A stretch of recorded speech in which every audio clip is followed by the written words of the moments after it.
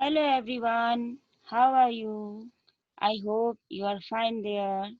Today I am here to revise the lesson Introduction to Computer. As you know very well, nowadays we see the use of computers in each and every stage of our life. This is the modern age of computer and computer technology. Computer needs our instructions. Without instructions, it cannot do any kind of task. This is an electronic machine which can perform the task automatically after given instructions. It accepts instructions, it processes it, and gives the meaningful output to the user. Simply, you can define it also. Computer is an electronic machine that accepts instructions, processes it, and provides meaningful output to the user. It cannot think, it cannot give any decision, so it depends upon user's instructions. Computers are used in many places such as school, home, office, hospital, banks, etc. These are the example of application field of computer.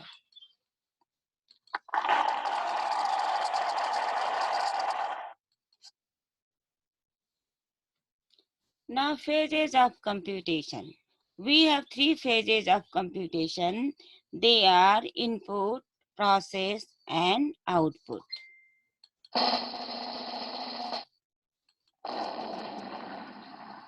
Now input. Instructions or commands which are entered by the user in the computer is called input. Input device helps to enter the data and instructions into a computer. Example of input device is keyboard and mouse. Now process. The process of calculating the data or manipulation of data is called as processing. All calculations are done inside the CPU. Now third phase, that is output.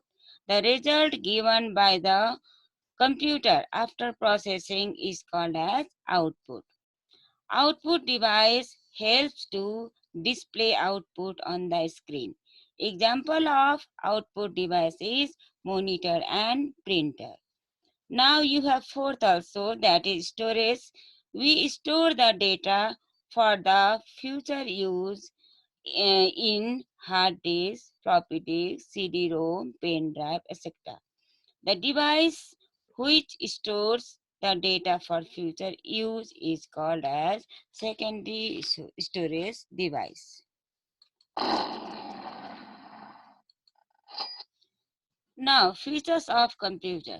The features of computers are speed, storage, reliability, versatility, accuracy, and diligence. Now, speed.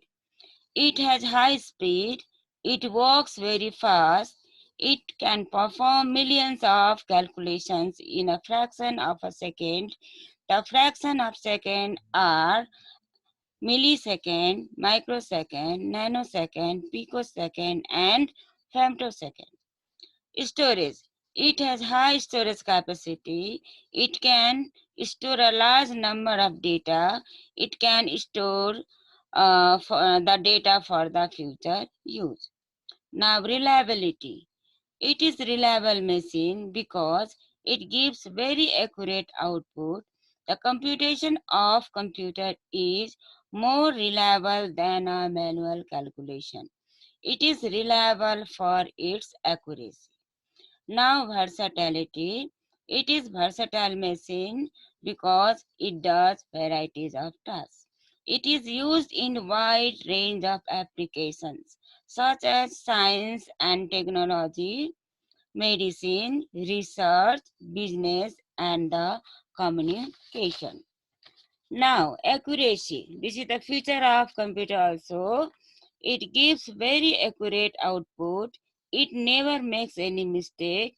But for that, we have to supply the correct input to the computer. So if a wrong input is given, the wrong output will be also output will be also wrong. So which is called as garbage in, garbage out. Diligence. It is diligent machine because it never gets tired like human being, and it can repeat the same task with same speed and efficiency. Components of CPU. The parts of CPU, we have three. They are ALU, CU, MU. Full form of ALU is Arithmetic and Logic Unit. Full form of CU is Control Unit. Full form of MU is Memory Unit. Now ALU, it performs the tasks such as mathematical calculations and logical operations.